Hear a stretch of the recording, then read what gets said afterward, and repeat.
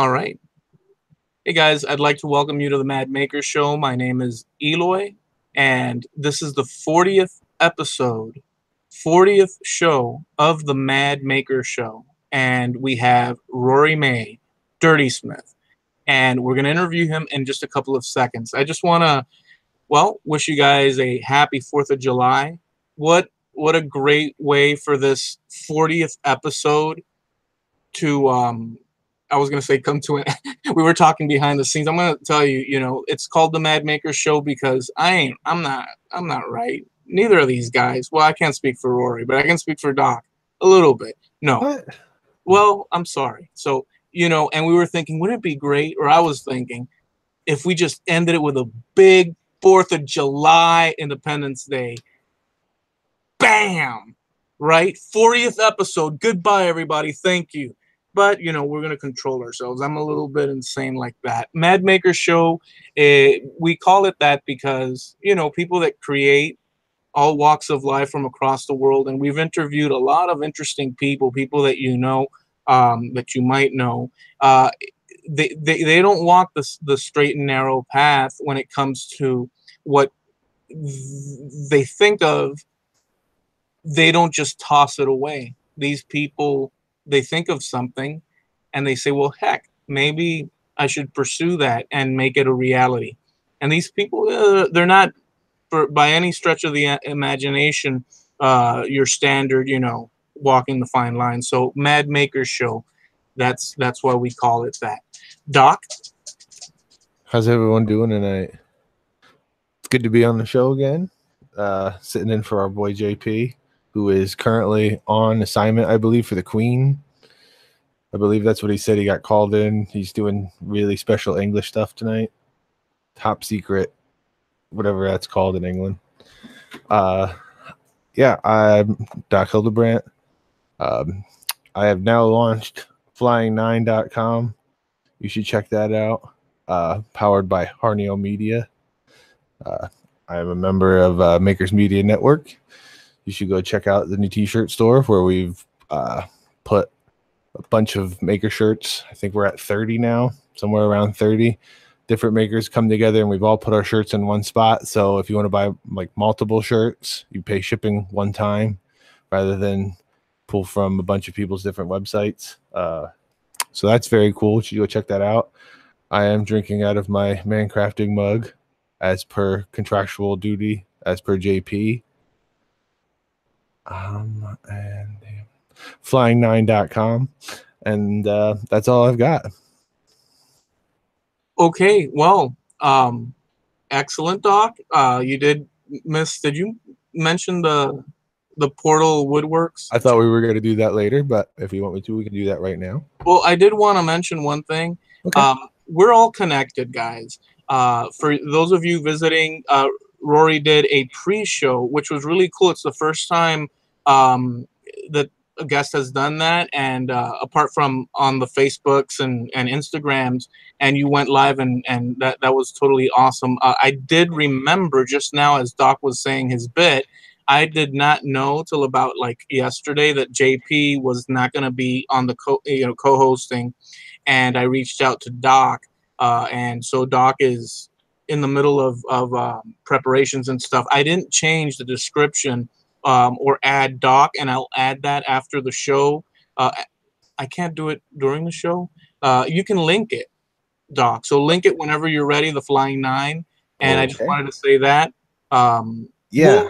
The Portal Woodwork thing, Portal, because we want to get to our guest, and we're going to say it in the middle, but there's a challenge, and it's run by Portal Woodworks, David Jones, and you could drop the link now, because there's prizes, big prizes, multiple prizes, so there's chances for a lot of people to win. So if you drop the link now and later we'll drop it again, that'd be cool.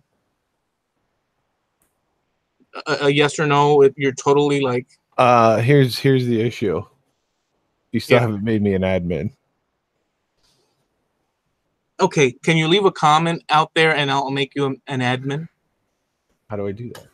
Just type a comment and I'll make you an admin. Oh, okay.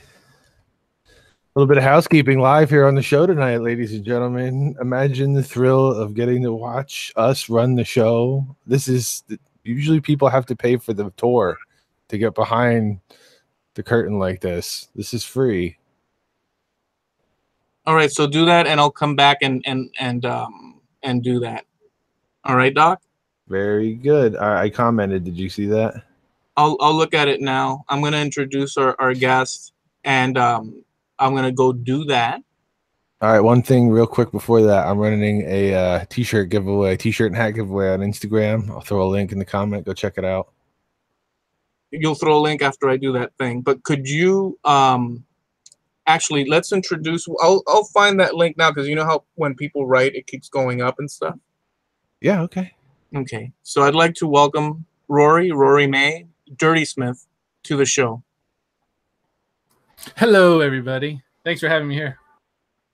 Dude, I appreciate you coming on and doing the show. It's the 40th episode. I think that's a good solid number for you to be on. It's a good strong number. For a rock. Gotta love that. Yeah. Yeah, dude. So as I recall, I first knew about you. I woodwork more than I own a welder, and later we'll talk about that. But that's about it, right? A welder. Right? You have this whole facility. But the first I heard of you was through Shogun Jimmy. Okay. Shogun has always been very he reaches out to people and likes to know about people and I was actually very closed to participating in the maker community. He's the one that came and reached out and said, hey man, let's do a challenge. Hey man, I was like, no, I'm just doing my own thing. And I finally said yeah, because so I heard of you through Shogun Jimmy. I don't know if you knew that. I did not. So big shout out to Shogun Jimmy. Thank you. Yeah. And also, and I think it was in reference to a challenge that you guys do that's like it was badass last year. Could you, before we start like the official story timeline, because we want to know a few intricate personal, we want to know a little bit more of you, but tell us about that challenge that you do. It's a zombie challenge, which is like freaking, I like it because it's freaking rock and roll. Yeah. Well, the concept was I get contacted a lot about people wanting to make something and they don't know how to make it. And most of the discussion is, you can make a project, but you don't need to forge the whole project. Maybe just one part of it is forged and it's a piece of the whole collective. So the time, what was the TV show? Walking Dead was wrapping up, and what kind of weapon could you make if you had a forge, even if just you had like a limited ability, and what could you wrangle together? So started with a zombie weapon contest just to get some engagement, get people thinking, get them creative, get the problems out there so we could solve them so they can move on forward. And I believe this is the 5th year that's coming up. Last year had 88 people enter. And I'm going to put a little twist on it just a little bit this year. So there'll be 2 options instead of just a weapon option. And that will start in September. So September 1st, deadline's October 31st. Then Amanda and I sit back with some margaritas and beer and decide who's who and what's what, and make a video promoting everybody and sharing their social media stuff. And it's a good experience with everybody. I also get a lot of response back with like father-sons or father-daughter teams that they had a great time this weekend because they made some kind of scary-looking weapon or maybe the simplest of tasks, but that experience that they got together during that was a lot more rewarding than they expected. So it's kind of turning into to be a family event. Dude, that's so awesome, especially because of the theme, right? With the zombies and stuff, and there's always that touch of rock. I saw it when I saw it, and I was like, freaking rock and roll, heavy metal, bad to the bone, so I like that connection, and yet it's family oriented as well. Yeah. Right? I want to thank OJ Woodworking Crafts. Thank you so much for the super chat, dude. Appreciate it. If you can leave a link for OJ, that'd be I'm doing it right this minute. awesome. So So Rory, can you give us a little bit of, well, first of all, where are you from, and where you're at? Give us a little bit of background so that we know. Sorry, my Guinness exploded in my hands. That's perfect. So, anyways, I was born in Albuquerque, New Mexico, moved to Colorado when I was about 4, grew up in Bailey, Colorado, where I eventually graduated high school and have a degree in media arts and animation, complemented with the past, 20 years working inside the shop professionally with my father. So there's a wide palette of events from there to here. In Albuquerque, well, you moved, but how old did you? I was like 6 months old. I was a baby. Okay, so you don't remember. No, and the times I visited it, they can keep Albuquerque. Well, and why? Is it just the heat? Is it I mean, what is it? The culture of the people, it's a little rough. Yeah. Economically, it's a little rough. And so 6 months, yeah. So your home has always been Colorado. Yeah. Nice. And so you have brothers and sisters? On my dad's previous marriage, yeah, I have an older half brother and half sister. And I got to ask you this. So growing up in Colorado, how, and by the way, Shogun Jimmy's there too. And there's a few people that are close to your area. I think James King from King's Fine Wood. Have you ever met any of these guys? No, I've recently, this past year, have really discovered the whole maker community. I've been rolling around with all the other metal workers. And as they've been showing up, I've been keeping tabs on them, wanting to get together down the road when time permits. So that's interesting. So it's been within the last year or so. Yeah, easily. And and by the way, before I continue, thank you, Portal Woodworks, for the donation. I appreciate that a lot, dude. Very, very cool of you. So how did you come to connect with sort of this branch of because I don't know, dude. How do you look at it, this whole thing? Because I've mentioned this in previous, folks out there know, because I've mentioned it, but I'll just say this. I see us makers all interconnected. Okay? Like all of us. We may not know each other in front of each other. Some of us do. We may not even run across each other at a certain given time, but just the fact that there's 7 degrees of separation between, say, you and a Shogun Jimmy and so-and-so, and, we come to meet each other, and there's a common theme of, I don't know, underlying or in your face of creativity and making things, right, on whatever level. How do you see all that? Can you give us a little bit of that? I was so focused just on the blacksmithing niche. You got these metal workers, people coming up, people who are experienced, people who are retiring, what have you. And I forget how I met him.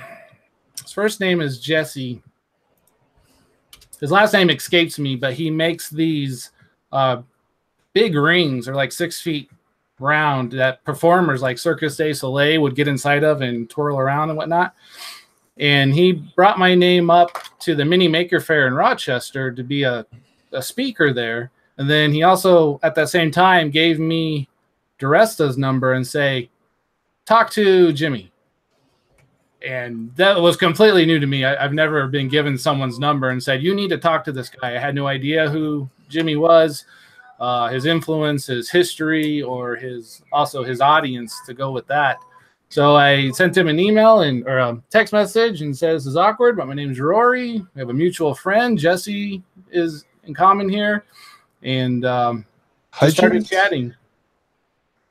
Is his name Hudgens? Something like that? Hudgens. That's him. Nice guy. Great guy. Hell of a nice guy. I've talked to him online a couple times. Right? And we started talking, and then, listening to the Making It podcast, and then got invited into some Facebook groups, and just kind of literally felt like I was grabbed out of the pool into the maker community, because I had no idea it was there. But it was a kind of a satisfying experience seeing people make with whatever they had available and still pulling off the project and getting that message of what they were trying to do across. And yeah, there's a lot of ways to skin that cat.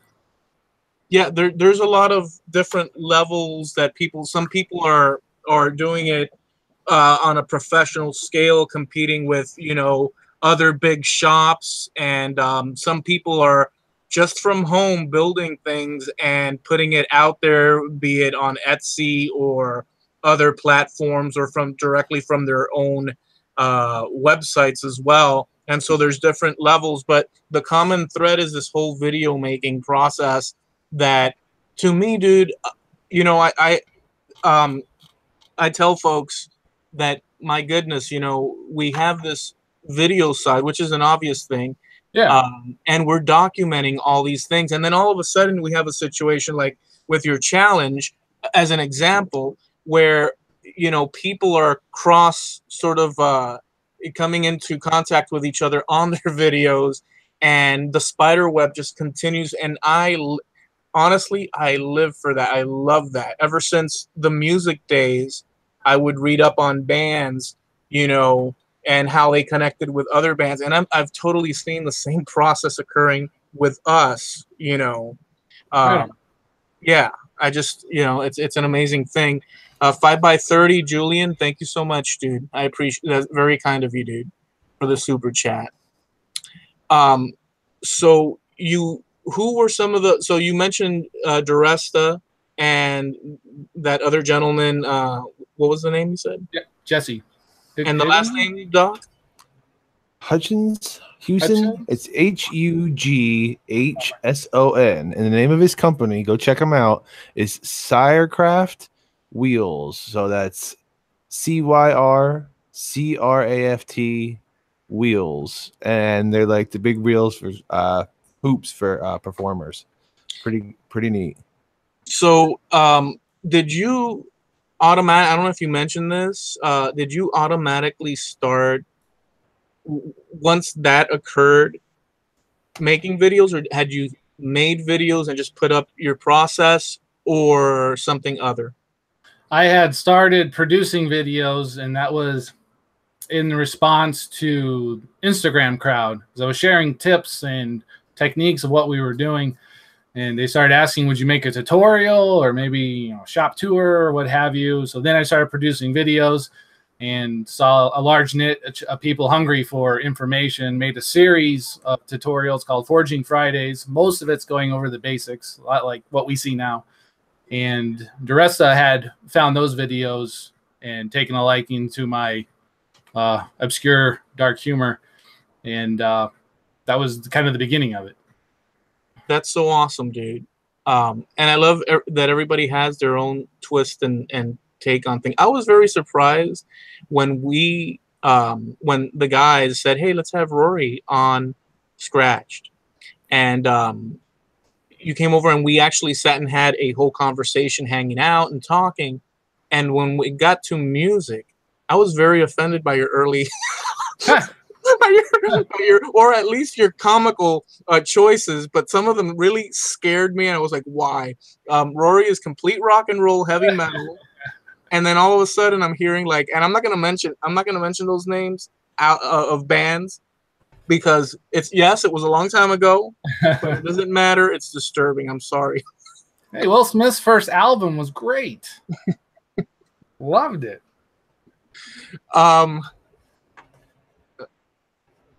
Okay, so you know what, Doc, just thank you for that, Doc. We'll cut in for a second, and 5x30 woodworking. And by the way, guys, there's a lot to get to with Rory. We want to document as much as, because this is all about documenting the makers that we interview. This is a special 40th episode. I mean, I didn't expect it to. I didn't know what to expect. But we're 40 into it. We've interviewed so many cool people. This is a very special episode and number, plus the date as well.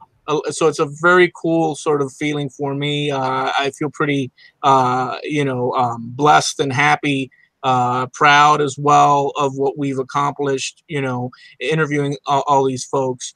But we're going to cut for a second because I just got drop day and Doc has his own ways of doing things, and he just added a question. Why don't you ask that question, Doc?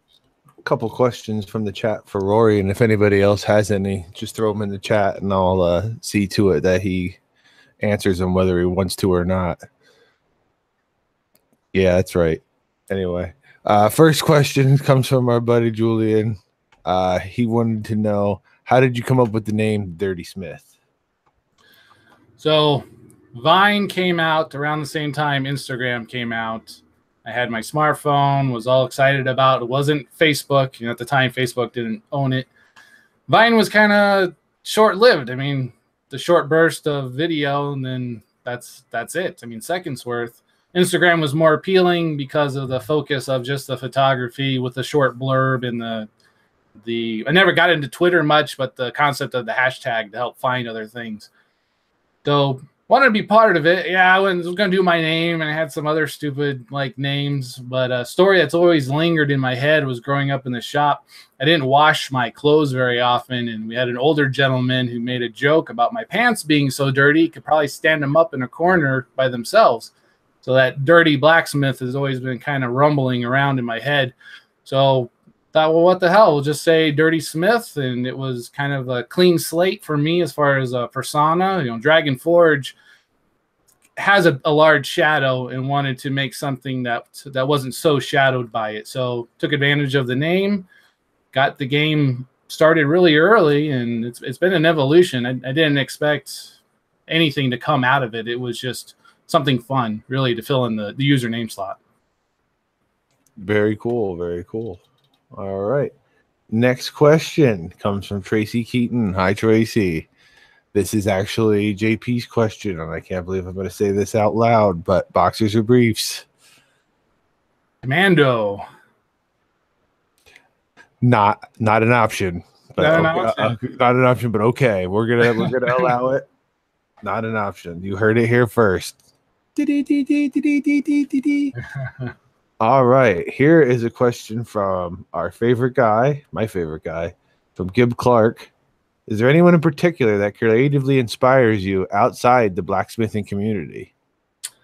The art period of Art Nouveau and Art Deco. I am constantly looking at those, constantly breaking down the patterns, the shapes, the contrast between the two styles, and the metalwork. And there's a large amount of Russian metalwork that's Art Nouveau that blows my mind. Anybody in particular other than my father himself, I can't really say. I'll get focused on somebody for a little bit, and then you get kind of burned out on their style, their look, so you move on to the next. Okay, this question's from me, and it's not a question. All right. Name two YouTube blacksmiths you would beat in an arm wrestling contest, and two YouTube blacksmiths that would beat you in an arm wrestling contest. Oh, I have no idea. I know, that was just kind of to poke you a little bit. OJ also has you wrote a question there in the inside chat here that OJ. Yep. Yeah, we're circling back around to that. Oh, okay. Yeah. All right. Well, we'll get to it right now. Actually, OJ from OJ Woodworking Craft. All right. I'm sorry. I'm reading that wrong. How big is your shop? So the shop was built in the 70s by a contractor, and the first thing he built was a temporary building to put his supplies inside of. When he passed on, that industrial lot was available. It's about 5,000 square foot space, and it looks like an old temporary building. We don't have any running water. We got it, insulation hanging from the ceilings, and old boards on the front. Bats live up inside of at times during the summer. And yeah, being where we are in Colorado, we got the trees and bears and deers. I mean, it says blacksmith when you walk into it. But for the past 25 years, that's where we've been at. And the business has evolved in such a way that we have a system down. If we get a large job or we get a few people working for us, and have left everything very flexible and manageable.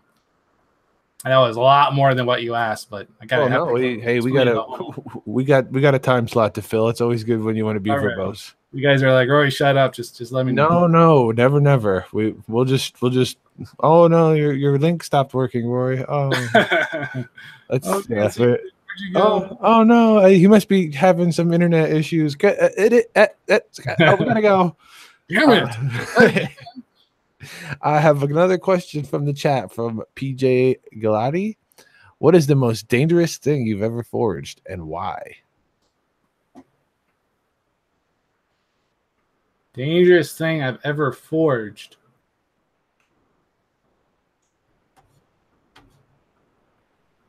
I don't know. I mean, because in the shop we do architectural ironwork. So there's not a lot of knives or swords that come through. You know, we might forge antlers or a fish or something at times. I guess the most dangerous thing was a 10-foot tall metal front door entrance. And once we got the doors hung on, it was securing the doors so that they didn't come out and you walk into them, or you weren't standing in the frame and it closes on you. You know, it's a kind of a heavy silent killer there of the ultimate pinch. So I would have to say that big front door, that was probably the most dangerous. We've done chandeliers, but I got them anchored to the building so well, I'm not worried about them falling at all. But yeah, so I'd say the door, the big door. Big door. All right. This question comes. Oh, go ahead. Oh, if I think of anything else, I'll let you know. But that's a good question. And I don't think of projects as being dangerous. Well, no, because you're so worried about not killing yourself with them. It doesn't register how dangerous it was. But like, dude, that thing was like 3 inches from your head. It's like, oh, I didn't know that. I was looking down. All right, we got another question. This one's from Crafty Paris. Who are the top 3 makers you watch on YouTube, and the top the 3 best kept secret channels on YouTube? So maybe 3 people that you don't think people know about, maybe, and your 3 favorite to watch. As it may be, I don't watch a lot of other makers on YouTube. It's, you know, if I am, maybe Duresta, you know, what's going on in his world, because there's always something interesting. But I listen to a lot of blues music and independent artists like Samantha Fish. It's a great blues female musician. And now we're cooking with grease. Yeah, you kind of roll around in that so much. And there's no disrespect to any of the makers. It's just I have so much to do for Dragon Forge if I'm drawing, or if I'm here in front of the computer designing. You know, it's a scheduling thing. All right, Doc. Can we continue with the interview, or are there any more questions? Go ahead. I believe we're good on the questions for now. My last question for Rory is, obviously your time is, like you said, very, very valuable, and a lot of it is spent, you know, with your trade, you know, going forward. So you don't have a lot of time for other tomfooleries. But do you have a machine or like maybe a skill within making that you kind of, I don't want to say fantasize, but does your mind wander to another set of skills? Do you just want to sew, like deep down, or dance, or is there something else that you feel in your soul? If you're asking what my stripper name is, we can talk about that after the show. We can. But fishing, I love fishing and wish I could do more of it. And usually it's like you can see the second hatch happening, and like, man, it's a day to be on the water right now. Yeah, I hate when I have to work and it's nice outside. I do watch Eloy play his guitar and sing, and I wish I kept up with the guitar and got back into it. Yeah, the guys like him that make it look effortless suck. Yeah, right? Yeah, it's like, oh, I'm not even trying. Look how I'm not looking. I'm over here looking at this. No big deal. Jamming out. Well, hey, I appreciate that. Well, heck, you know, what can I tell you? Now, let me ask you this question. So, graphic design prior, you went to school for this? Yeah. Well, hey, what was that? Why that sort of downbeat? Yeah, tell me. All right. Well, I grew up in the shop. Since I was a kid in a small town, that's all I knew was this shop. I was an average student in high school. Nothing very special about me. In an attempt to escape the small town, I went to a college in downtown Denver, and got suckered into this stupid degree called Media Arts and Animation. And the sales pitch was like, hey, you like games? You know, I was 19. I was like, yeah, I love games. He's like, oh, you like movies? I'm like, yeah, I love movies. And he shows me this big clip and students what they're making. And by the end of it, I was pretty excited about it and thought that was the way to go. And what it became was more of a rehearsal of how to use programs and not so much of the fine art that I thought was in it. It was a lot of commercial art. And commercial art, you got about 5 seconds to impress somebody before they leave. And there is a formula to follow to keep them there for that 5 or maybe even longer. And when I graduated, the recession was coming. And when it finally hit, nobody was hiring. I was trying to get a job as a conceptual artist. And at the time, Lord of the Rings was really crazy, and seeing all these renders of the orcs. I love that movie. The whole. I love the what you call the the making of, but they had like the making of like the horse training, the making of the forging, the making of like everything. Dude, I would watch just that over and over because it's just like hours and hours. Go ahead. I'm sorry. That just, yeah. So I thought it would be cool to be the guy that would design stuff that those people would make, as there were very fast techniques to speed paint a landscape or a weapon or a character. Well, guys like that were a dime a dozen in the industry. And when the economy tanked, the concept artists were the first to go. I did get offered a job to animate kids' education videos in Michigan for about 20 grand a year. And they went, no. And I sat down with my dad and I said, your website sucks. Your photography is mediocre. Your whole brand is tacky. At the time, he had that 8-bit animated flyer on the edge of the website. Like, we got to get rid of this. You know, our clientele, they're going to laugh at this. We need to reflect what they've already been seeing. And I told him if he let me rebrand the business and I could still participate at the shop when economically the lights came back on, we would be looking pretty good. And that's exactly what happened. So I was able to use my degree towards the shop, towards a bigger cause that was a lot more important. It was also kind of complemented with, when like I'd go to the grocery store at midnight, knowing it was slow, I could get in and out what I needed to get done. And with the college schedule, that was about the time I got home. And I was walking down the aisle and there was a big bin of like the $5 movies for sale. And you're looking at these movies and how many people were part of it and the hours that went into this project is sitting for sale in this bucket. And it felt really disposable. What I went to school for was, in one pipe, out the other pipe. So, kind of talking to my dad about the business and the family business, having and making something that would possibly outlive me, maybe even future generations of me, was a lot more pleasing than making some disposable movie that's going to end up in a thrift store, 5 years from now. That's a very interesting thing because everything is sort of, and no, like, I'm not downplaying. Well, I am. Everything's plastic. Yeah. Right.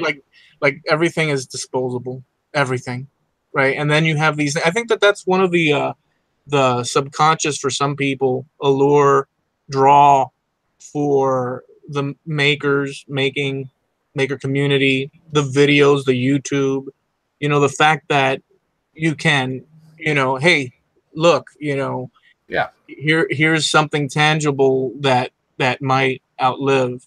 Yeah, I totally see that, dude. Totally. And taking what we do in Dragon Forge and trying to provide some video representation of, I get a lot of questions about people like what it's like to run a shop where you have real clients, real money, real deadline, and trying to give a small window of that reality of like, here's a modern, we want to say blacksmithing or metalworking shop where we take advantage of old techniques and we take advantage of new techniques and new technology as well. Time is money, and we have clients we have to satisfy within that window of time. So starting to work in the shop with your old man officially, how old were you when you said, okay, we're going to do this. We're going to focus on this? When there was 2 stages. One is when I graduated college. and that was this is it. I'm totally on board. The other one took place when I was 15, and a friend and myself were going to climb the top of this mountain on horseback. Again, small mountain town. It was very common. Jump on a horse, go wherever you wanted to go. So as we're cutting through people's properties for shortcuts, we come over this ridge and we see this empty lot that had a dump truck, pile of couches, pile of beds, and then I had this shed on some pallets. My friend says, hey, I want to go check that out. So we ride down there. We go to the dump truck. The dump truck door is open. It's available.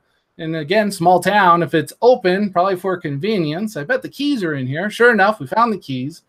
We start up this dump truck. Have never like driven any kind of machine like that was.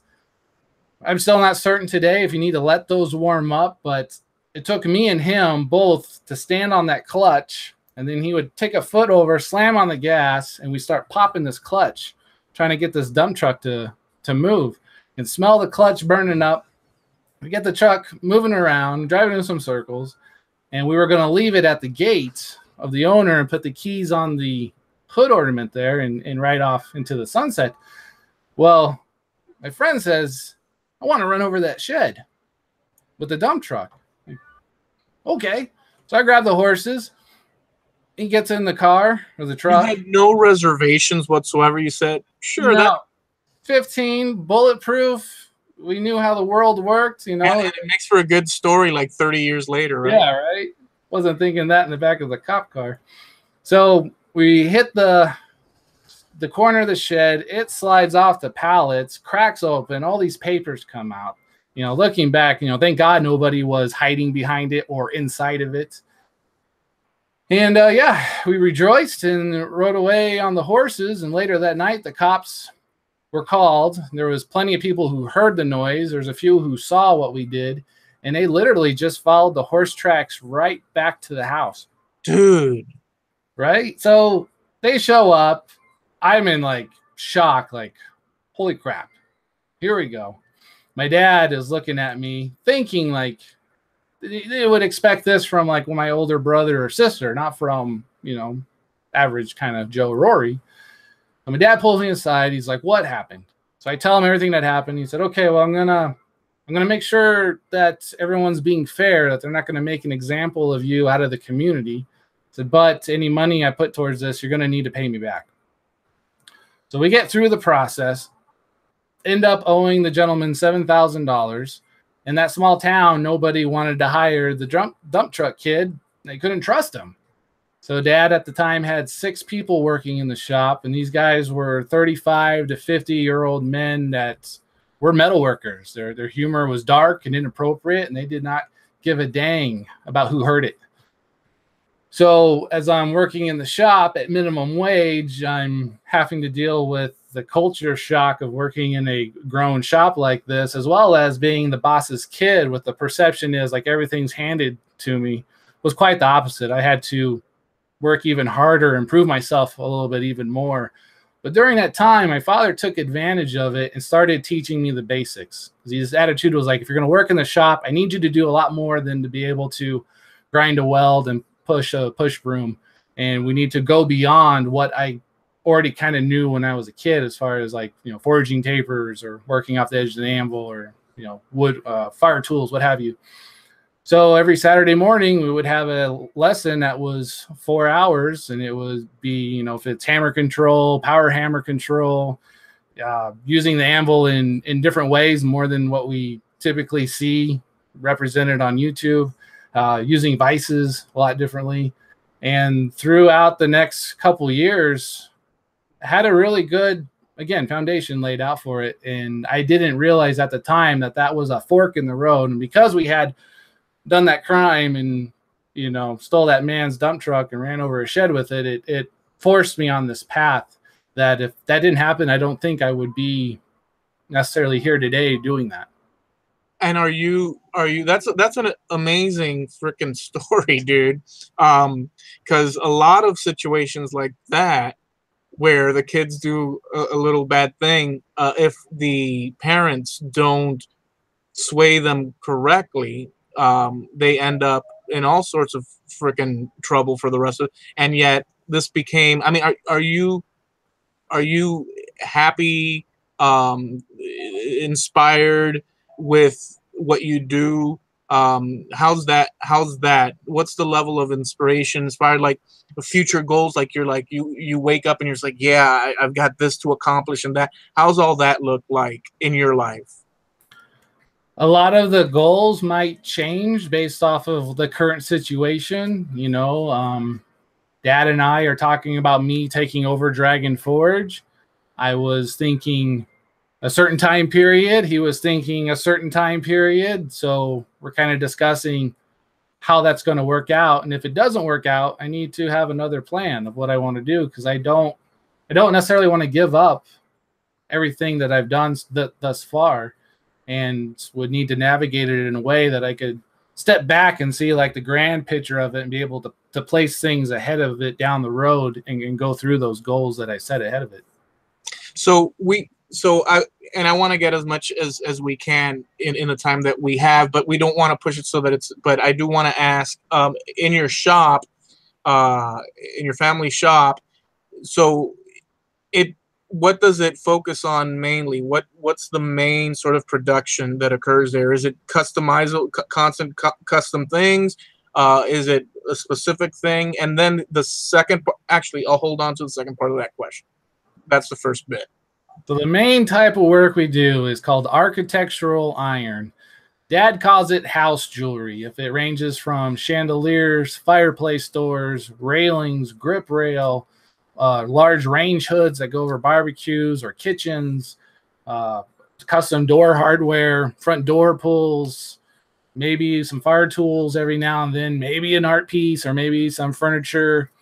And it really is customizable to whoever we're talking to.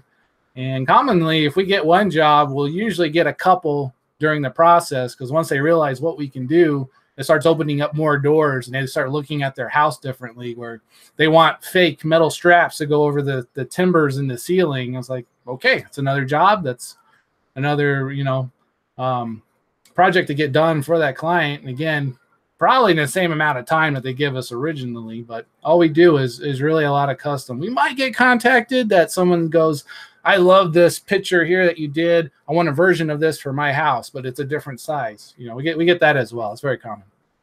So the second part of that question is this. So you coming into the picture at that early age, and then your journey, schooling and whatnot, and then you're here doing what you're doing now during this era.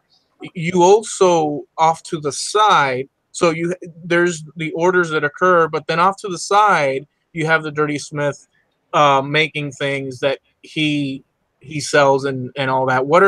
And we're gonna pop up the in a second here your Instagram, so that visually people can see, if they haven't seen, and those that have can reminisce and whatnot. But what are those items that you make for yourself, for your brand, and where do you sell them and all that stuff? If you can hit us with that.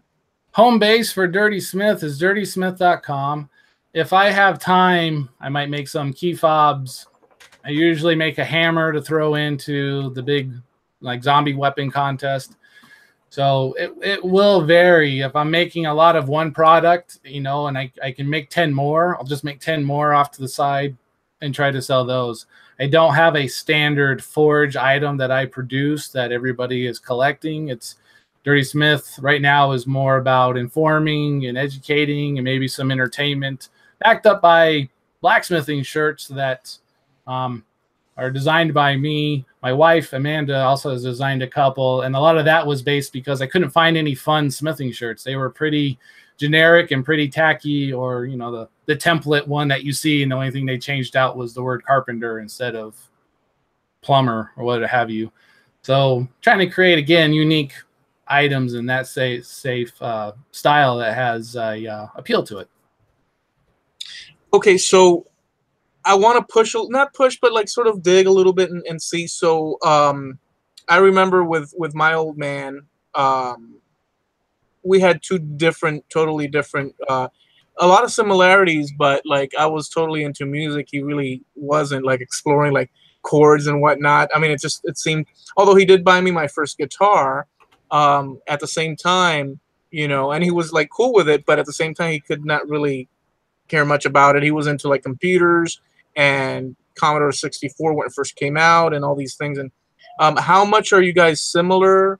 And can you give us a little bit? You don't have to give too much, but just his creativity, what it differs from yours, a little bit of insight into that, because man, I mean, this is the place to get that sort of thing. So just whatever you can, hit us with it.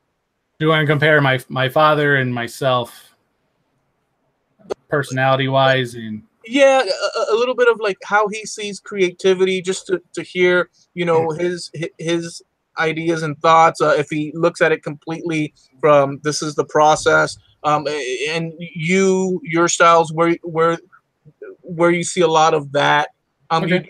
You do work together, and it's an amazing freaking story, right? And in every relationship, there's also you're working together, and there's no, we should do it this way. There's a bunch of stuff like that. We see it on TV with like the West Coast Choppers or whoever they are. Yeah. So hit us with a little bit of that, whatever you want. I just want to record something of that and just to hear what you say, just out of curiosity. So typically when we get a job in the shop, my dad hands me the field notes. He will also hand me a scale drawing, followed by with a relative due date or, excuse me, how many hours I have to get this completed.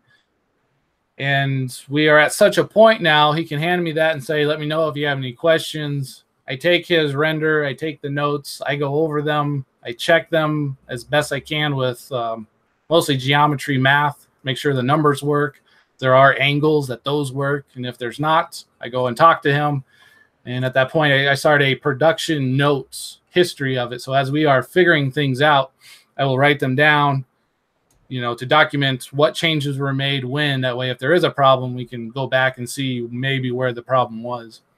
As far as creativity goes, we are so custom, and a lot of it reflects on the houses that we work in. So there are a lot of big timber homes in ski lodges. Those have a certain style. They have a certain theme to them.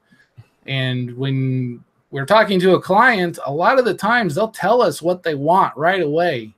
And you have to grasp that and just put it on paper. Because if you try to show them something better, in your opinion, or more interesting, you can screw it all up. Yeah, I find them that they get discouraged and they walk away. So it's listening to the client. What do they have in mind? Trying to interpret that into the form of metal, which will be a functional railing, fireplace door, whatever, a chandelier. Asking my dad the specifics, like, how did you design this chandelier? And a lot of his answer is, I just came out. I don't know. I just start drawing. And then one thing leads to another. There's the project. Shows it to the client. They approve it. Hands it to me. We get started on the job.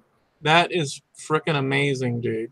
I take the same approach when it comes to doing work as well. I have a hard time of like just grabbing a piece of bar, and I call it spaghetti iron, but it has no rules. It has no regulation. It's just forged and abused, and holes are punched through it. And it's just, you beat up this bar that has no life. It's going to end up either stuck as art or back in the scrap pile. Nothing against that. You can learn a lot by doing that.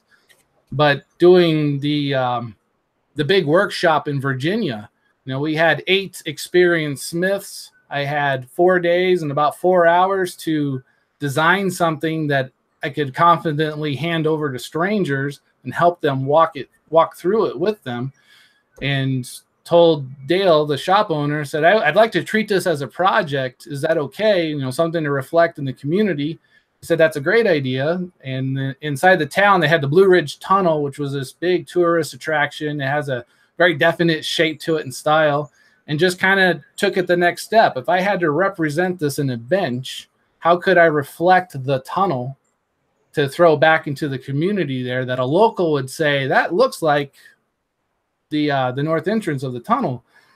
So we did it. We knocked it out of the park. Everyone did a great job, and they showed the town, and the town got excited, and they're actually going to install it in front of their small city hall there. So they're proud of it.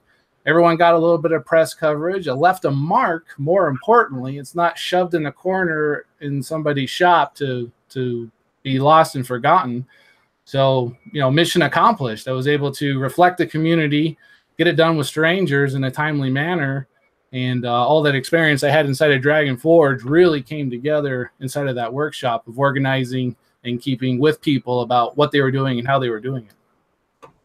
Awesome, dude. Couple of things I'm gonna mention. So here's what we're gonna do, because there's still a few items to get to. We're gonna screen share in just a little bit here, and so that you can give us the lowdown on some of the images that we see. I do want to ask you, because I did a little bit of looking through, and I saw a picture of you and the guy from the Dirty Jobs. Yeah, Mr. Micro. So I'll ask you about that. Just what you say about that. I had an idea. I saw that and I said, "Oh, that's interesting." It makes sense though, right? Because it's a dirty job. But before that, I want to mention a couple of things. Once we ask that question with Micro, and we go into the photos, the screen sharing, I'm going to also show you these other links before we jump into Rory's timeline on Instagram. But I'm going to mention, we have, actually Doc should mention this. I'll let you, Doc, could you mention the portals, the Harneal?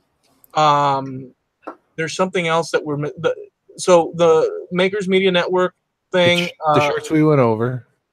Can you hit us again with it? Yeah, I will hit you. I will hit you again. No problem.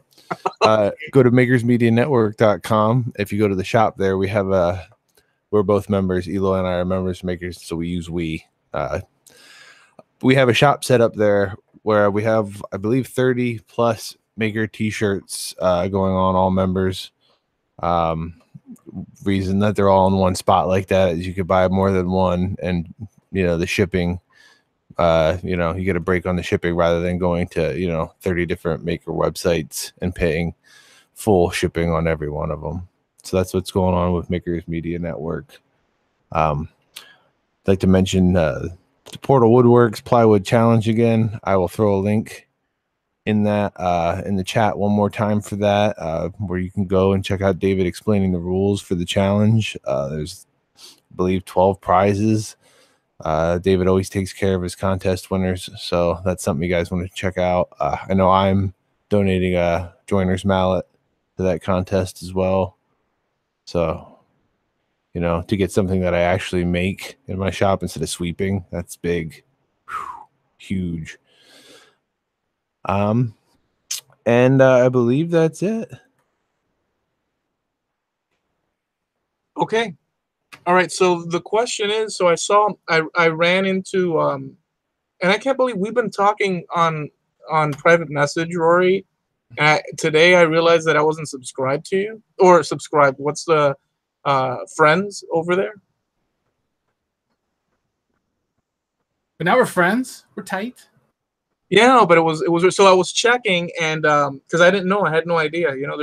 I was checking down the pictures and image on the Dirty Smith over on Facebook, and we have all the links below except for Docs, which we're gonna correct after the show. I'll fix all that. I didn't know up until just recently, that like yesterday, and I should have made that correction prior, but it's insane. I'm working on some crazy thing. So I saw the Micro and you, and so I'm curious, what's that all about? So when the video production started, again, I had no intention about, or the forethought of who's watching this. And I think it was about a year of doing the videos. We had a freelance videographer contact us, and he says, "Hey, I'd like to come up and make a video of you and your dad about Dragon Forge and what you do," because he was doing commercials for fuel companies and politicians and maybe a little bit for news editors. He wanted something totally different. And I said, "That's great. I want a copy of it that I have rights to use as well. And you'll get something, I'll get something." So he came up, spent all day, made this beautiful 3 or 4 minute video, and someone shared that video on Reddit. And when they shared it on Reddit, a producer from the Discovery Channel was looking for blacksmiths for the show that Mike Rowe was starting called Somebody's Got to Do It. And it was supposed to, it's kind of similar to like Dirty Jobs, but it was, again, the average guy doing their job of what they're doing and what kind of influence that has and what impact they're making on it. And they were really hungry for a blacksmithing, especially a family team blacksmithing show. So they saw that video, and then they saw some Dirty Smith videos, which led to somebody calling the shop. You know, it's 8 o'clock in the morning. I walk in, my dad comes around the corner, and he's kind of laughing. He's like, well, Mike Rowe just called. And I'm like, whatever. Like, get back to work. I got other stuff to do. And he's like, no, really? And he let me hear the message, and it was the production company interested in talking to us. So we went through about 3 different phone interviews, and we went through a live Skype interview, and they're getting the gist of what they want us to do. And we got off the Skype interview, and I told my dad, I said, well, what do you want to make? Because we got one shot here, you know, and we got to make it count. We're not making a fire poker. We're not making a bottle opener. We got to make something more grand, and we also need to treat this like a client. What would Mr. Rowe like?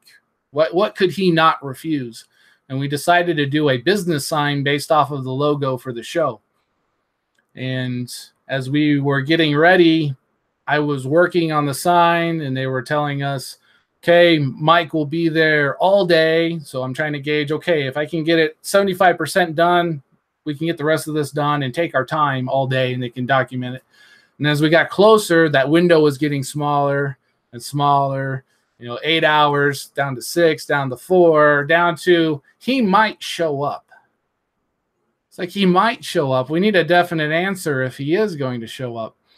So the day before the event, the producer and the crew show up. I believe we got interviewed one last time. They spent about 4 hours with us looking at the shop, what shots to take, getting film of the dog Axel. And when we got done, they said, okay, Mike will be here at 9, we'll be here at 8, and it's done when it's done. So when Mike Rowe showed up, I mean, there was no rehearsal. The cameras were on, the mics were out. We had mics on us, but we hit the ground running. And for the next 8 hours, all we did was hang out with Mike, who probably the most down-to-earth charisma gentleman I've ever met, and punched out this sign and had a great time doing it. They really liked the environment of the shop, and they ended up doing a mini photo shoot with Mike inside. Like, we have this school bus that is storage in front of the shop, and over in the, outside in the trees in the woods and what have you. So it was an eventful day, and definitely a great experience at that. That's bad to the bone, dude. So let me ask you, before we get into the thing, I know I've been saying that we're going to get into the thing, but let me ask you this, because I don't want to forget this. Actually, I got a few questions. I'll ask you this.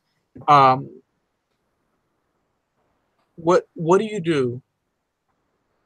Because people only see, for the most part, successes, Sure. And we're all human beings, Yeah. and nobody ever touches on certain things much, because it's just, it could be overwhelming. But I'll ask you, when it's negative, when there's failure, when there's obstacles unsurmountable, does that ever happen to you? Something that you feel like it should go in this direction, and it doesn't. How do you fix that if it does happen to you? How do you correct for these things? How do you deal with life in this scenario? So when Mike Rowe came out the fall of September 14, it was going to air, I believe, April or May of 2015. So we had to be quiet about all of it. A lot of excitement going on. Stuff had slowed down a little bit the day before the show, that week. And I got invited to go to the high school I graduated and do fake interviews with these high school kids. about what it is to get a job. And they're interviewing for like a bag boy at a grocery store, and I think working at a sandwich shop, something very generic, just to go through the motions. So, 4 hours of dealing with these punks who don't want to be there, giving me smart ass answers, which was great. It didn't help because I was being a smart ass back. And I left on a good note, stopped by the shop, see what my dad's doing. Everything's going well. I'm coming back home to work on drawings for a project, and I had a seizure while I was driving down this canyon going home. Oh, smokes. And there was about 1.5 miles of road that I don't remember. But when I came to, some way, somehow, my foot was on the brake. I was up against the guardrail, and I woke up with a fireman next to me asking me, what's your name? Who's the president? What year is it? I got them all right except for the year. I was pretty sure it was 2013. And he says, okay, we need to go to the hospital. Again, my head is spinning about what happened because I don't know what happened. I mean, literally, it was lights out, lights on, and the whole parade, the police. That ever happened to you before? No, this was the first time ever. My attitude was like, I don't have health insurance. I'm just going to take care of my body. Everything should be good. And it definitely was an event that not only, financially knocked me down because we had to get CAT scans and MRIs because they were saying brain tumor. And when those came back clean, the neurologist said, we think you have epilepsy, even though you pass all of our tests for epilepsy, because they had like EEGs and triggers and what have you. So I have this presumed epilepsy to keep things under control. Couldn't drive for 3 months, so my wife was taking me to work and back. That had to have screwed your world up, dude, because it's like a big void of like, what the heck? Exactly. And Wow. you end up feeling broken because there's this thing in your head that, I'm used to fixing things, that needs tightening, that needs a new wire. I can't really reach up in there and go, oh yeah, here it is, and fix it. So my perspective about life and people and relationships and social media and what's important, what's not important, totally changed. And I found myself having to rebuild myself. I had big plans with Dirty Smith. It was growing in a positive manner. It was maybe growing a little bit too fast as that can be. And when I had that seizure and it knocked me down financially, physically, emotionally, I made some big lifestyle changes about that and just rebuilt myself. And it took about a year to kind of get back on track with the new approach about what's going on. So when you have an extreme like that, it was finding center and keeping grounded and keeping focused about it. Because as much support that came from that incident, a lot of hate also came from that incident. So you really had to evaluate who's worth it and who's not, who can help in with this transition and who's just looking for a free ride, whatever that cost may be. Can you so I appreciate you sharing that, because actually I've always wanted to go a little bit deeper into it. So explain to us that psychology makeup of those two sort of characters of people that want to help and the other thing, how you describe what can we go a little bit more into that? Like who are these people? Are you saying from yourself, just frustration? Or are you saying that outward, people being freaking scumbags? Yeah, I had a lot of support from the audience, but inside of that audience is the other side of the coin. You have people who are looking to hurt you, looking to kick at you while you're down. So you also have the trolls lurking around, hiding behind their usernames or, what have you. As far as psychology, I can't presume or assume that somebody is either mentally disturbed or had a bad childhood or just doesn't have a life. I mean, I can't focus on them. I can't. Okay. Generally, here's my take on that situation. And I think I spoke to Doc about this last night. Maybe we have so many conversations behind the scenes that I don't even know where we had. Yesterday. It was yesterday. And you know where I'm going with this. I do. Yeah. So here's the thing, dude. This is how I look at it. Doesn't mean that I'm right, but this is what I believe is pretty darn close. We are public figures in that, and I'm not talking about popularity or this or that, in that within the world of online media, we share who we are. There's no mystery. Like to you, hey, that's Rory. This is me. That's Doc. Steve, Dave. We're all saying this is who we are.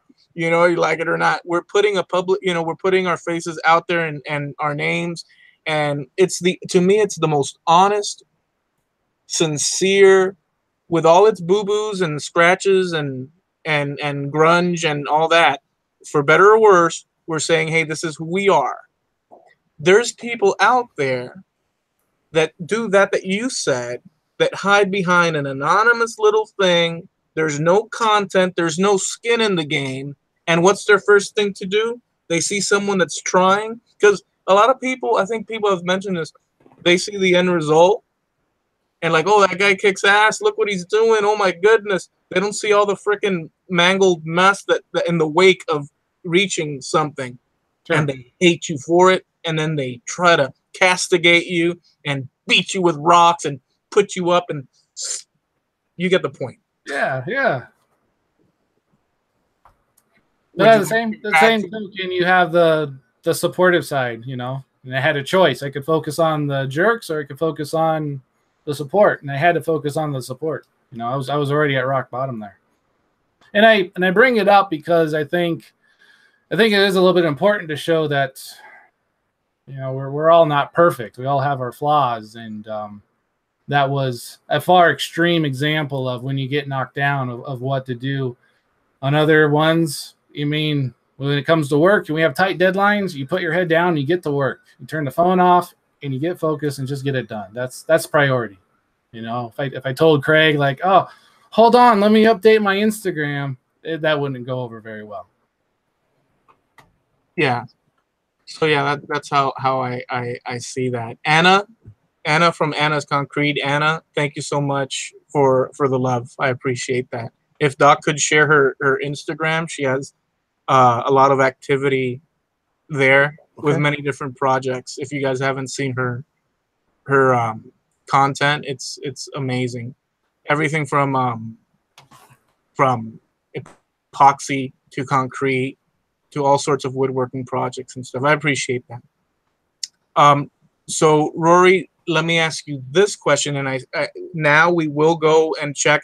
Actually, I'll ask. This is what we'll do. We'll ask Rory this other question because I want to get it before time goes too far. I'm going to ask you this question, and then as you're answering the question, think of it. I'd like to get your facial expressions with it. So we'll ask the question, and as you're saying it, as you're leading off, I'll screen share, and we'll go to your Instagram. We'll tackle that, and then we'll come back. And if there's other questions and whatnot, then we'll continue with the story. So here's the question.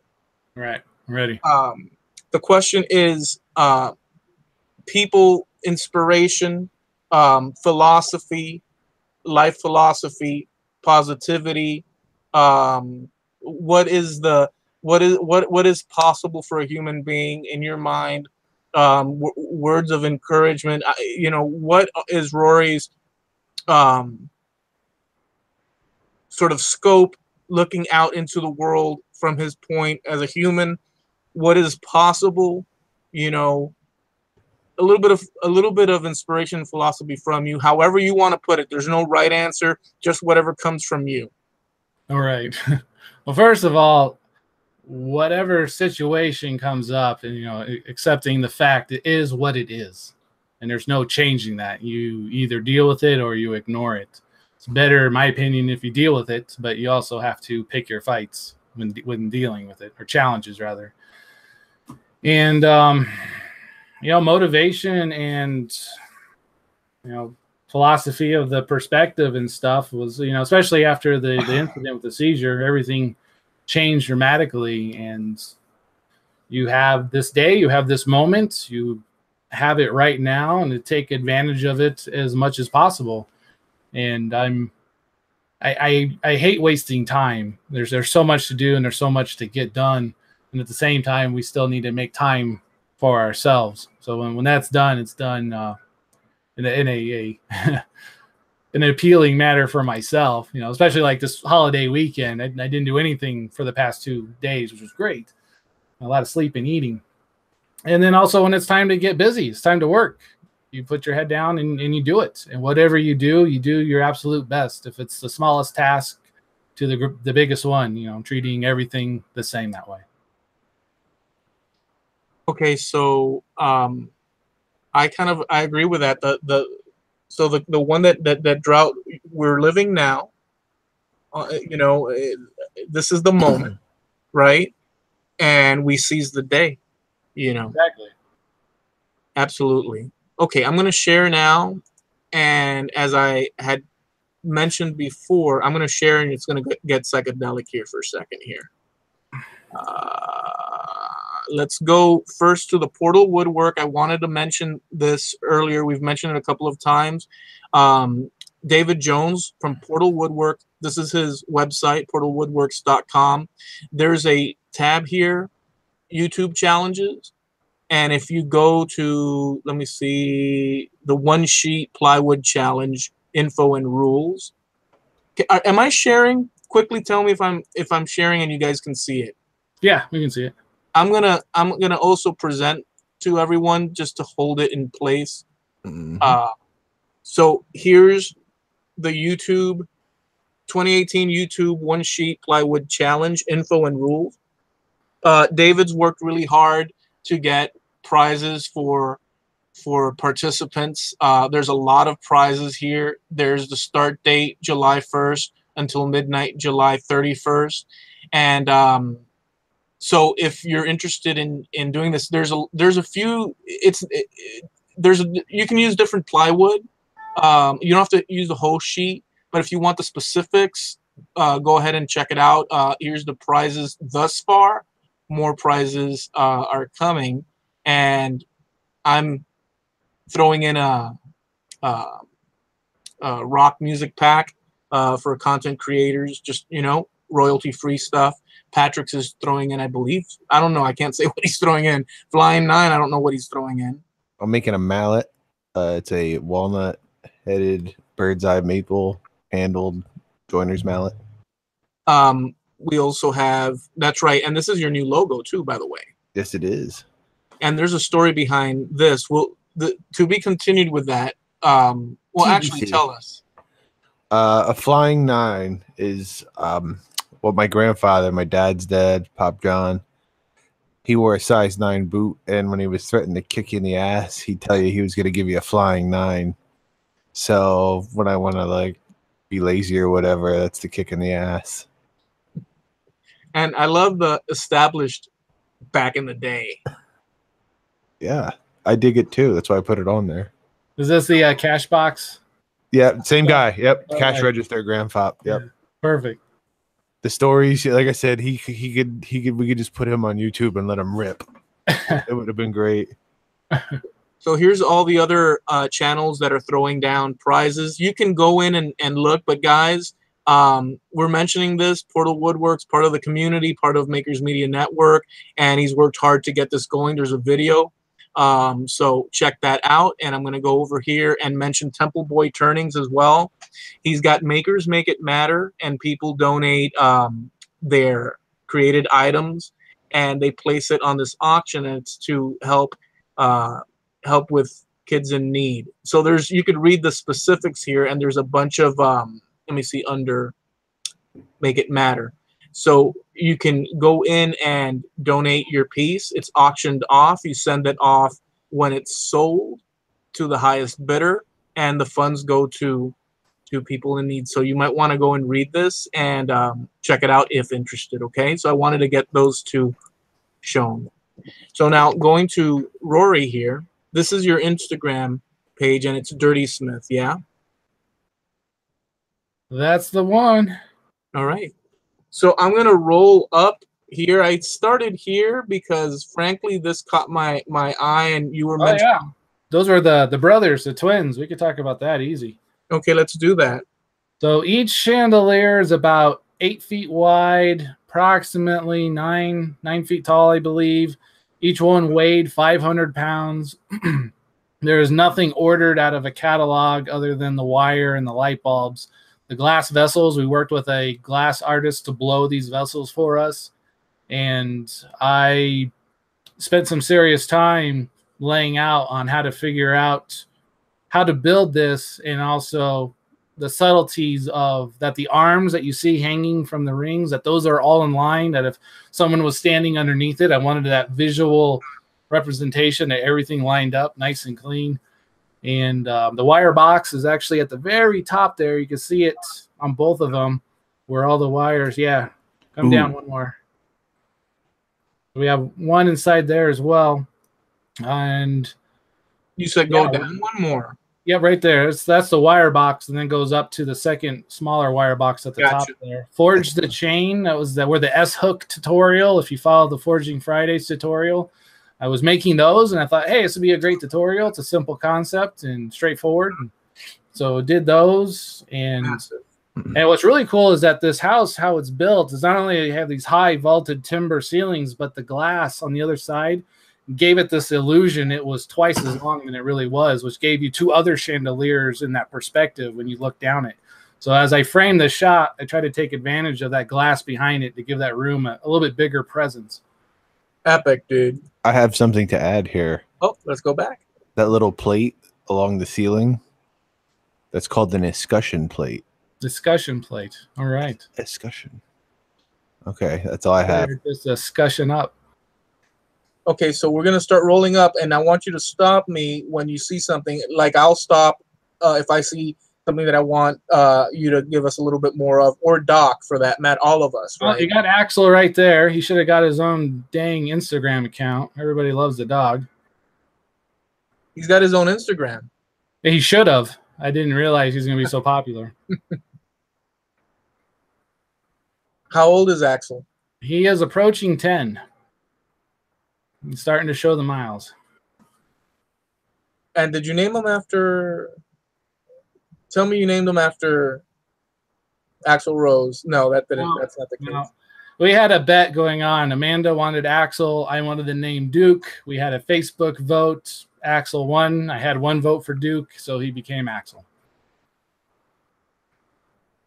This is an example of me figuring out projects. So the top one was actually a fire set surround. They're not a functional door. They're a surround. That was the first version. She wanted more grass on the bottom and added more branches and more aspen leaves on the sides. So that was about 4 feet by 3 feet tall.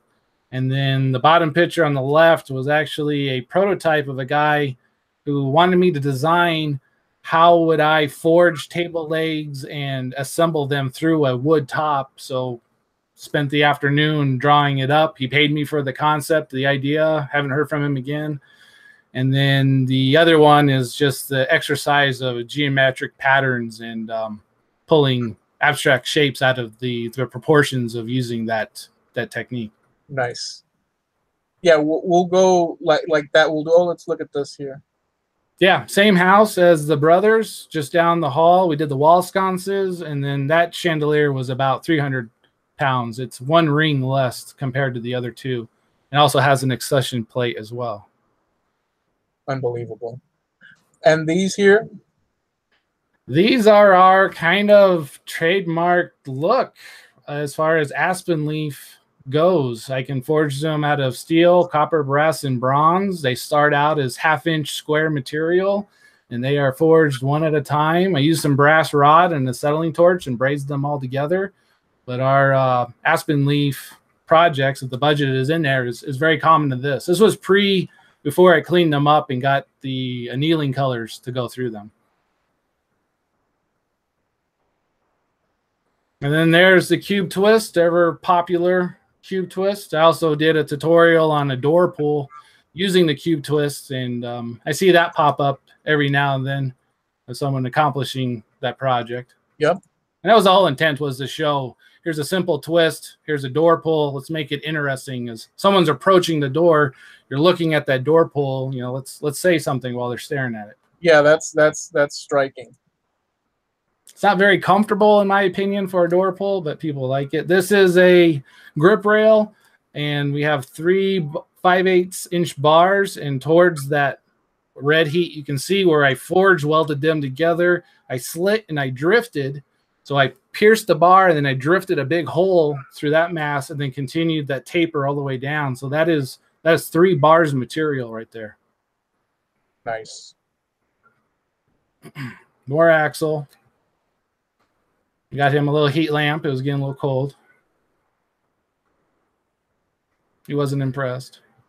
Let's look at this island. Is it an island? This is a mother-in-law suite. So there's a small kitchen next to the living room. We did a copper wall with some custom sconces, and in the back you can see the small copper range hood with a copper backsplash. Yeah, dude, that's just beautiful. And So like, how that go ahead. The copper, you know, we order it, and I believe you can get it as big as a 4x8 sheet. It gets pricey, but when we get it, it's brand new. It's penny bright. So all that color and texture and depth is all applied and done at the shop. It's not something they can go buy.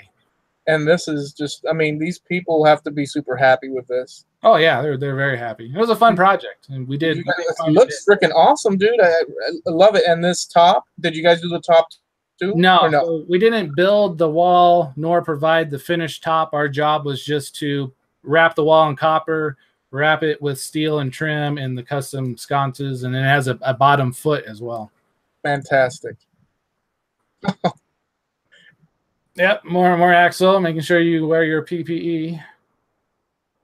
Let's look at this. Yeah, another chandelier. I was finding this chandelier being shared on other accounts where they would cover up the watermark, so I ended up putting the URL right over the chandelier, try to give acknowledge about who made what. Because you see these accounts, and it's like, this is a beautiful whatever, and you have no idea who made it.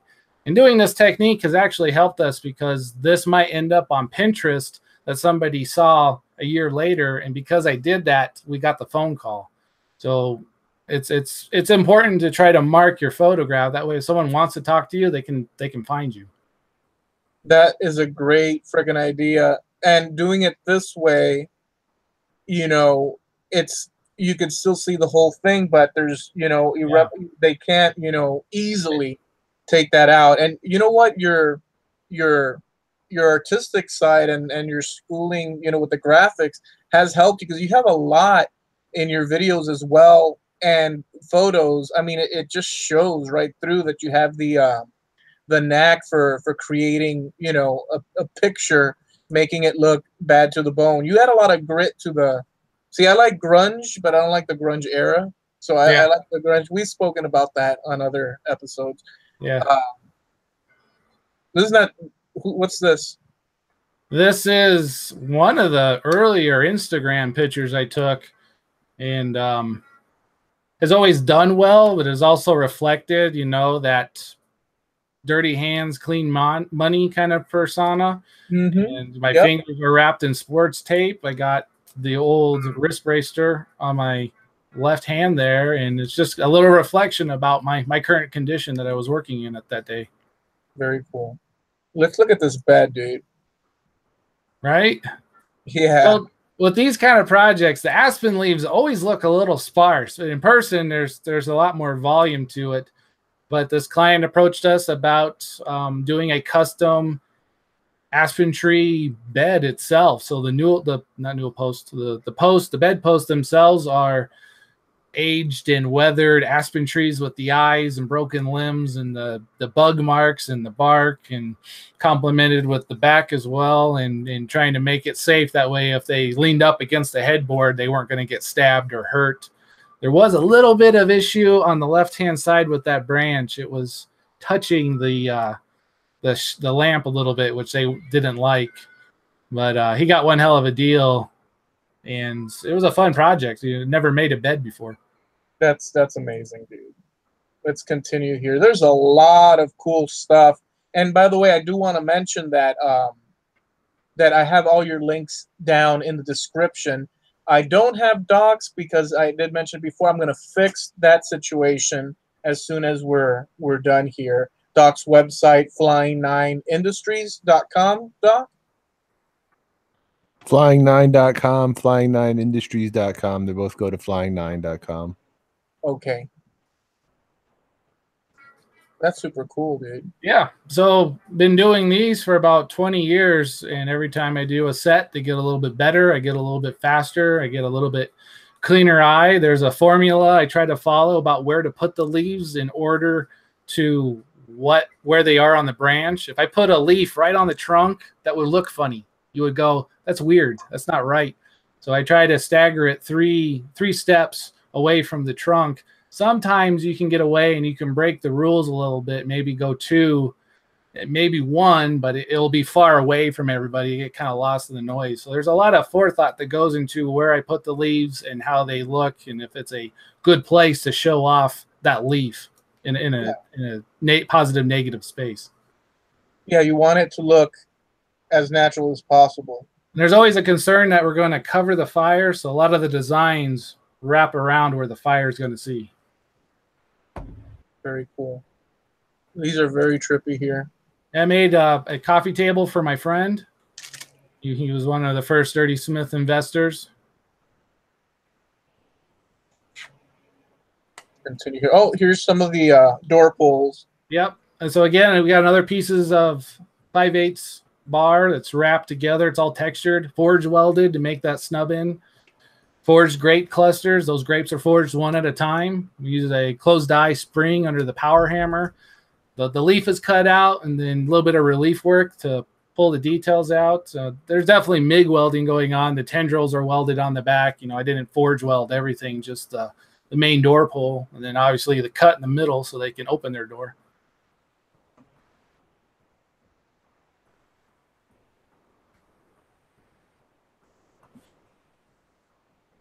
Keep it dirty. Yeah, keep it dirty. 2017. So that was shot. I was using a top tool under the power hammer to isolate some material. Got some ring jigs on the left, and then a little Dirty Smith shirt on the right there. Right. Wow. Yeah, another steel range hood and backsplash. That horse in the back, the client gave us that and wanted us to incorporate this into the hood. They had a very rustic horse theme going throughout the house. So it kind of looks like I don't want to say like a barn, but it had that feel of like the shattered window appeal and the worn out paint. So we went with a very rough kind of reflection of light with the steel pattern there to show maybe some wear and tear. That's not this stainless steel, straight, clean look that would really stand out in a rough textured environment. So really modeled it after the kitchen itself. Well, these people really know where to go because, man, the pieces within these houses, it's just freaking awesome, dude. Go to that railing on the left. So my dad, we walk into this house, and there's this big timber staircase you see here, and we also have what's called the Parade of Homes, where they put these expensive homes on for display and tour, and people can tour the homes, and then they have a big award festival for the contractors and architects, what have you. I was 23, and we walk into here. That post on the left was actually about 3 feet taller. It was supposed to go all the way to the ceiling, but somebody cut it off when they shouldn't have. So we're talking to the GC, and we're going through what's going to happen where. We have safety code we have to pay attention to, and my dad hands me the clipboard and a tape measure, and it says, okay, here you go. I'm going to be downstairs. And I'm like, what do you mean, here you go? He's like, you know what to do. Do the measurements, figure out what needs to happen, and we'll talk about it on the way home. I was like, holy crap. I had about 80 feet of this to forge. The pickets are riveted on the bottom and riveted through the cap on the top. Again, an aspen theme going through it. The newel posts on the landings are aspen trees as well. Some small features at Lamb's Tongue at the first landing on the left there is quite broad because of code. We had to exceed the nose of the code, and talking to the inspector, we went a little bit more because of that post. We didn't want people running into that post. So you have the challenge of making it look appealing, but you have to satisfy safety code as well. Very on demand. But anyways, yeah, you can read the story right there on the post. Yeah. I didn't even know houses like this existed. Right? I think they got those trees out of Wisconsin. They're not even like local trees. Just amazing, dude. Yeah. Here's a video. Let's see what you said March 25th of 2017. Yeah. Right? The woman who's watching me in the back, she's like, what the hell? This is creeper. I actually remember watching that like live as it happened, and I'd be like, yeah. Yeah. Great. They had some 80s flash dance. I think it was like yoga. It was supposed to be yoga. I was hanging out with Amanda, my wife. She was doing a show. So she was part of a small show. And these girls come out wearing what they're wearing, doing what they're doing. And I was like, I can't pass this opportunity. I gotta rock out.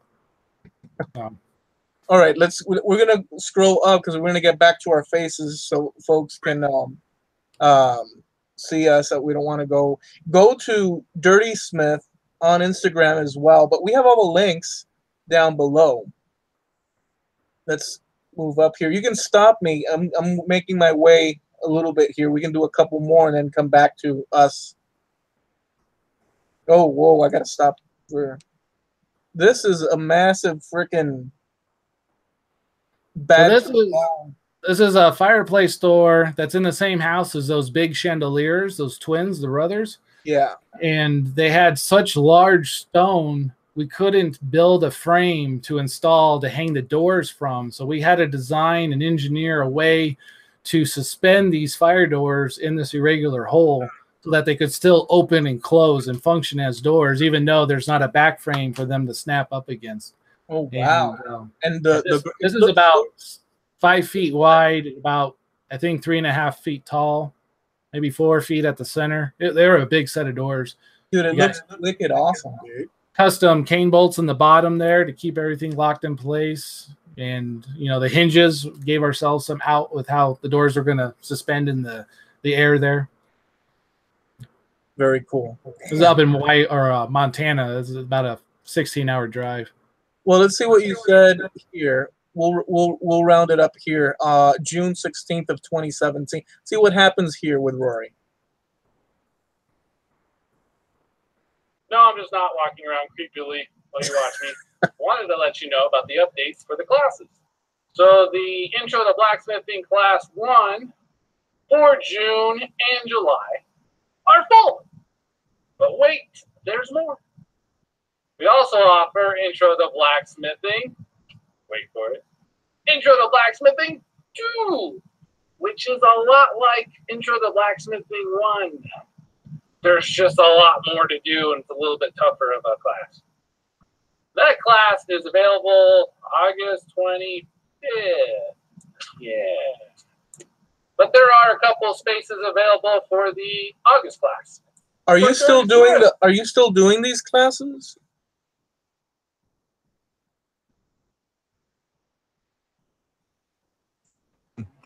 Rory, you're muted. Thank you. You're welcome, buddy. Yeah, we still teach classes. I actually got a website going for Craig, schoolofblacksmithing.com, where we're going to start developing more classes on a more consistent schedule. And yeah, looking forward to seeing how that grows. Dude, I freaked out because I was sharing screen. I couldn't see you guys. And I was like, oh, crap. Am I frozen? And the show's just drifted on. And I was waiting. And it was such an uncomfortable long pause. And I was like, now I'm screwed. So I quickly, ran back. Thank goodness it was just a muting situation. Yeah, Doc saved the day. I'm on it. Doc, any questions? Any questions out there? Any questions from you? Any things you'd like to share? Ask Rory yourself. Are you eating again? I eat chips during the show. It's how I say. It's how I find my center. I have to stay focused. Chips help. I wasn't eating them on. Did we just hear a soda? We did. Oh, it's you. Okay. We're working in tandem. Yeah, this is our time, so certainly there's nothing wrong with a little feast on our time. Dinner table from Mr. Hand. Now, no questions from the chat. The only question I would like to ask, or he touched on a little bit before, how do you talk about your acceptance into the maker community, perhaps from the blacksmith on the outside coming in? I believe that you're starting to cross over from what I see, from that side to the maker side, at least finding your niche within the maker community. Do you have anything that you could talk about with that?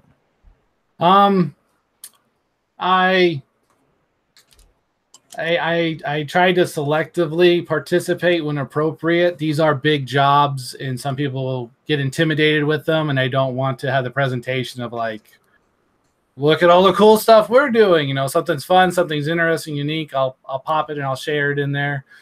But as far as like the groups go, I try to keep a heartbeat about who's doing what. If they have a question that I can answer correctly without, again, stepping on any toes there, I do participate, but I am very mindful about everybody's position that they're in and where they want to go as well. So I hover quite a bit. The word you're looking for is stalking? Or I creep. Ooh, creep. My creep candy van. Creep, that was a TLC reference. Nice. Oh no, don't bring up the TLC. Oh, I knew as soon as I said TLC you would come alive. I knew that would break the ice. You were frozen that whole time. So, let me ask you this. Did you enjoy the show? Of course. That was a good discussion. Awesome, dude. And will you come back and say, hey? Of course. Awesome. You approached it appropriately and had some good also feedback to it as well. I liked the sharing on the Instagram. That was kind of fun to randomly see something and be able to talk about it right there. Yeah, no, this was a good layout, good formula. I love the fact that we hit the play button for that first video, and we have flash stands playing in the back. It's perfect. I used to, when that came out, I used to be a young kid going to Catholic school and driving on the bus. I was sitting in the bus while the driver drove it, and I would hear that playing on the radio, and that was the sort of theme that, and just funny that how incredibly surreal and funny. Sure. So dude, are there any shout outs? And by the way, there's always a lot that is left unsaid with these things, but I'm very happy with what we got in, and you gave us a lot of insight that I don't think you've shared before. Some of the stuff or have you? When we were talking during Scratch, and you got some sampling, there was some serious topics that weren't appropriate for that podcast that was probably more appropriate here. So reserve some for the place. I don't need to just here's my life and regurgitate it every time somebody asks. I can be tactful in what's appropriate and what's not. Does that connect with what you were mentioning prior that I said, oh, keep that thought, that you said that you hadn't been much on the social medias as far as what was that? Is that connected to that? With the social media stuff, the longer it goes on, I find myself the less appealing it is. As we talk about, it's a highlight reel of somebody. Yeah. And in years previous, I was finding that some stuff that I wanted to do and to accomplish, I made an announcement and influenced somebody to grab that idea and do it themselves, which was, it's expected. It's a little discouraging at times and frustrating. So one is that I've been super busy this month and since the beginning of the year as well. So I've given social media just a little bit of a break. I don't need to be so aggressive anymore about it. I post when I want to post. I post things that I find interesting, and it's not a competition. I'm not going to be valued on the account size I have. I want to be looked at about what I'm producing and the character that I am. So you value more people and connections than some out there thing, some social status. Totally. And that's because the people that I've met since 2012 with Dirty Smith and Instagram, it's been difficult. I mean, these online communications, you could have a great time online, and then you meet in person, and then you find out that guy has another agenda that deals with you sacrificing something, and you came with pretty much open arms about, hey, maker, I'm a maker, let's talk. So as time goes on, I really value that person-to-person connection, and not so much who I'm friends with or who I'm following or what's going on YouTube. I got my job, I have my priorities, I have my family, and inside of that, I'll feed the beast with social media when it's appropriate. That's awesome, dude. Thank you for sharing that.